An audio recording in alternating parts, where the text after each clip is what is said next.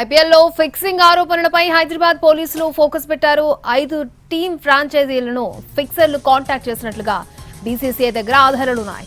అవి తమకివ్వాలని బీసీసీఐని కోరారు పోలీసులు. హైదరాబాద్ చెందిన ఒక వ్యాపారవేత్తతో జాగ్రత్తగా ఉండాలంది బీసీసీఐ. ఆ వ్యాపారవేత్త పాత్రపై ఆరాధిస్తున్నారు పోలీసులు. బీసీసీఐ స్థానిక క్రికెట్ క్లబ్లతో కాంట్రాక్ట్ ఉన్న వ్యక్తులపై నిఘా పెట్టారు. హైదరాబాద్కు చెందిన 5 వ్యాపారవేత్తలపై అనుమానాలున్నాయి. ఇప్పటికే కొంతమందిని ఆ వ్యాపారవేత్త కాంటాక్ట్ చేసినట్లు భావిస్తున్నారు.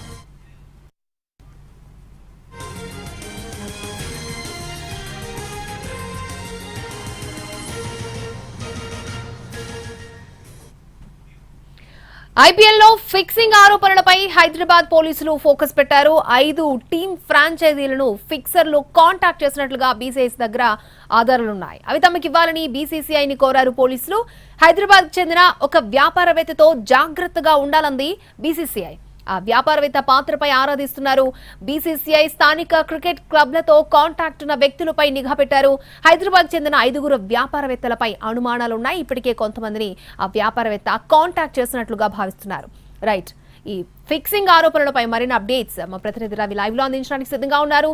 రవి, అక్షయ, బీసీసీఐ చేసినటువంటి హెచ్చరికలతో హైదరాబాద్ పోలీసులు కూడా అలర్ట్ అయ్యారు. ఆ వ్యాపారవేత్త ఎవరు అనే దానిపైన కూడా హైదరాబాద్ పోలీసులు ఆరా తీస్తున్నారు.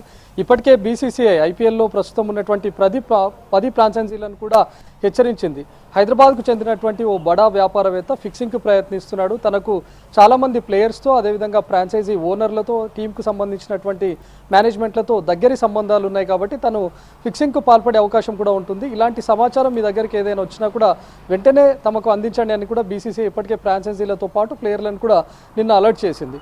అయితే ప్రస్తుతం ఆ సమాచారం అందుకున్నటువంటి హైదరాబాద్ పోలీసులు కూడా హైదరాబాద్కు చెందినటువంటి బడా వ్యాపారిగా తెలుస్తుంది కాబట్టి బీసీసీఐ దగ్గర ఇప్పటికే ఉన్నటువంటి ఆధారాలను కూడా తమకు సమర్పించాలని చెప్పి హైదరాబాద్ పోలీసులు బీసీసీఐని కోరారు. ఒక 5 మంది హైదరాబాద్కు సంబంధించినటువంటి వ్యాపారవేత్తలే ఇందుకు కారణమై ఉండొచ్చు. ఆ ఫిక్సింగ్ ఆరోపణలు ఎదుర్కొంటున్నటువంటి వాళ్ళలో ఈ 5గురిలో ఒకరు ఉండొచ్చు అని కూడా హైదరాబాద్కు చెందినటువంటి పోలీసులు అనుమానిస్తున్నారు. ఎందుకంటే తరచూ ఆ వ్యాపారి ముంబై, అదేవిధంగా ఢిల్లీకి వెళ్తూ ఉండడం, క్రికెటర్లతో దగ్గరి సంబంధాలు ఉండడం, ఎప్పుడైనా హైదరాబాద్కు ప్లేయర్స్ వచ్చినప్పుడు కూడా ఆ వ్యాపారవేత్తను కలుస్తూ ఉండడం, లేకపోతే ఎక్కడ ఇంటర్నేషనల్ మ్యాచ్లు జరిగినా కూడా ఆ వ్యాపారవేత్త తరచూ ఆ మ్యాచ్లకు వెళ్తూ ఉండడం, క్రికెటర్లతో దగ్గరి సంబంధాలు కానీ లేకపోతే వ్యాపారవేత్త ముసుగులోనే ఉంటూ అక్కడ క్రికెట్ ఫ్రాంచైజీలకు సంబంధించినటువంటి వాళ్ళతో కూడా సత్సంబంధాలు ఉన్నట్లుగా వ్యక్తులను కొంతమందిని గుర్తించారు. ఆ వ్యక్తులే ఫిక్సింగ్కు పాల్పడి ఉంటారని కూడా పోలీసులు ప్రస్తుతానికి అనుమానిస్తున్నారు. అయితే బీసీసీఐ దగ్గర ఉన్నటువంటి ఆధారాలు గనక హైదరాబాద్ పోలీసులకు అందితే ఇప్పటికే హైదరాబాద్ పోలీసులు ఎవరినైతే అనుమానిస్తున్నారో ఆ ఆధారాలను పోల్చితే ఆ వ్యాపారవేత్త అని గనక కన్ఫర్మ్ అయితే పోలీసులు మరొక ముందడుగు వేసే అవకాశం కూడా ఉంటుంది. ఇక్కడ హైదరాబాద్ పోలీసులు సేకరించినటువంటి సమాచారాన్ని కూడా బీసీసీఐకు చేరవేసే అవకాశం ఉంటుంది. ఎప్పుడైతే నిన్న బీసీసీఐ అలర్ట్ చేసిందో ఈ సీజన్లో ఫిక్సింగ్ కలకలం రేగుతోంది, వ్యాపారవేత్త ప్రయత్నిస్తున్నాడనే ఆరోపణలు వచ్చాయో క్రికెట్ ఫ్యాన్స్లో కూడా ఒక ఆందోళన రేగింది. ఎందుకంటే ఐపీఎల్లో గతంలో ఉండేది ఫిక్సింగ్, అన్ని మ్యాచ్లు కూడా ఫిక్సింగ్ జరుగుతూ ఉన్నాయి. కొన్నేళ్లుగా ఐపీఎల్లో ఫిక్సింగ్ అనే మాట లేకుండా పోయింది.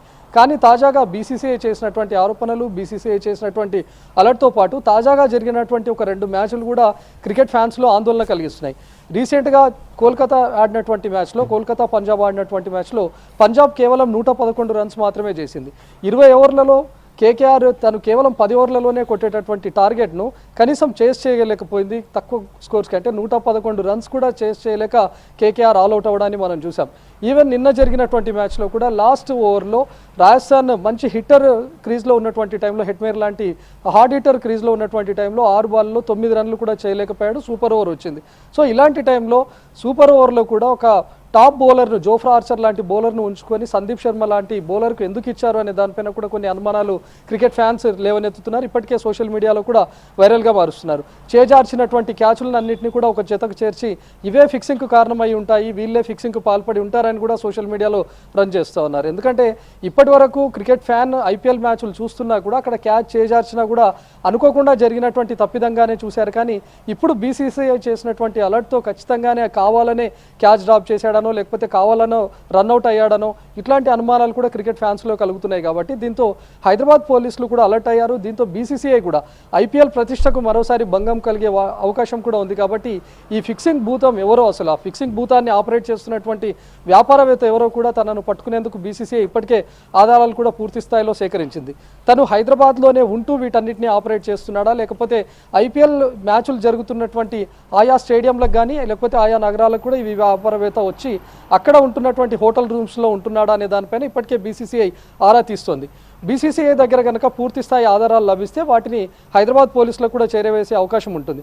కానీ అంతలోపే హైదరాబాద్ పోలీసులు కూడా అలర్ట్ అయ్యారు. హైదరాబాద్కు చెందినటువంటి వ్యాపారవేత్త ఎవరు, లేకపోతే వ్యాపారవేత్తల్లో ఎవరెవరు క్రికెటర్లతో దగ్గరి సంబంధాలు ఉంటున్నాయి, క్రికెటర్లు ఎవరైతే హైదరాబాద్ను విజిట్ చేసినప్పుడు తన ఇంటికి వెళ్తుంటారో ఇలాంటి వివరాలన్నింటినీ కూడా సేకరించి ఒక 5 మందిని అయితే ప్రస్తుతానికి అనుమానిస్తున్నారు. 5 మందికి సంబంధించినటువంటి పూర్తి డేటాను కూడా హైదరాబాద్ పోలీసులు సేకరించి పెడుతున్నారు. సో బీసీసీఐ నుంచి కనుక పూర్తి ఆధారాలు హైదరాబాద్ పోలీసులకు అందితే ఇప్పటికే అనుమానిస్తున్నటువంటి వ్యక్తుల్లో ఎవరైనా ఉన్నారా అనే దానిపైన కూడా హైదరాబాద్ పోలీసులు ఫోకస్ పెట్టే అవకాశం ఉంది. అక్షయ, రవి, అంటే క్రికెటర్స్ కూడా క్వశ్చన్ చేసే అవకాశం ఉందంటారా పోలీసులు? ఇప్పటివరకు అయితే వ్యాపారవేత్త ఎవరనే దానిపైనే ప్రస్తుతం అటు బీసీసీఐ కానీ లేకపోతే హైదరాబాద్ పోలీసుల ఆరా కొనసాగుతోంది.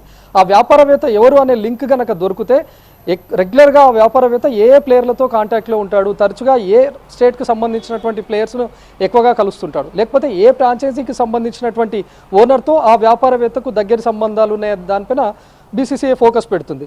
సో ఎప్పుడైతే అనుమానించి ఆ వ్యాపారవేత్త రెగ్యులర్గా పలానా ప్లేయర్తో టచ్లో ఉంటాడు అంటే ఆ ప్లేయర్ హిస్టరీని ఈ సీజన్లో మొత్తం కూడా వెలికి తీసే అవకాశం ఉంటుంది. ఈ సీజన్లో పలానా ప్లేయర్ ఆడినటువంటి టైంలో రన్అట్ అయ్యాడా, లేకపోతే కావాలని క్యాచ్ ఇచ్చి అవుట్ అయ్యాడా, లేకపోతే రన్అట్ చేయకుండా వదిలివేశాడా, క్యాచ్ను డ్రాప్ చేశాడా, ఇలాంటి వివరాలన్నింటినీ కూడా సేకరించే అవకాశం ఉంటుంది. ప్రస్తుతం ఆ వ్యాపారవేత్త ఎవరు అనేది డీటెయిల్స్ తెలిస్తే ఎవరెవరు ఏ ప్లేయర్లు ఫిక్సింగ్కి పాల్పడ్డారు, తనతో ఏ ఫ్రాంచైజీలు టచ్లో ఉన్నాయనే వివరాలన్నీ బయటకు వచ్చే అవకాశం ఉంటుంది.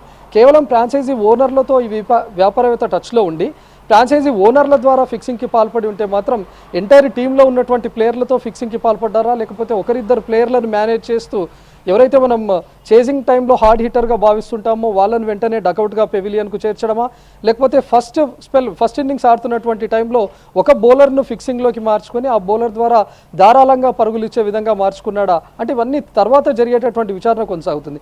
ప్రస్తుతానికైతే ఆ వ్యాపారవేత్త ఎవరు అనే దానిపైన ప్రస్తుతం అటు బీసీసీఐ ఫుల్ ఫోకస్ పెట్టింది. కేవలం ఆ వ్యాపారవేత్తే కాకుండా వెనక ఉండి ఇంకొక మరో వ్యక్తి ఎవరైనా కింగ్ పిన్ తనను ఆపరేట్ చేస్తున్నాడా అనే విషయాలపైన బీసీసీఐ ఆరా తీస్తోంది. Akshaya, thank you.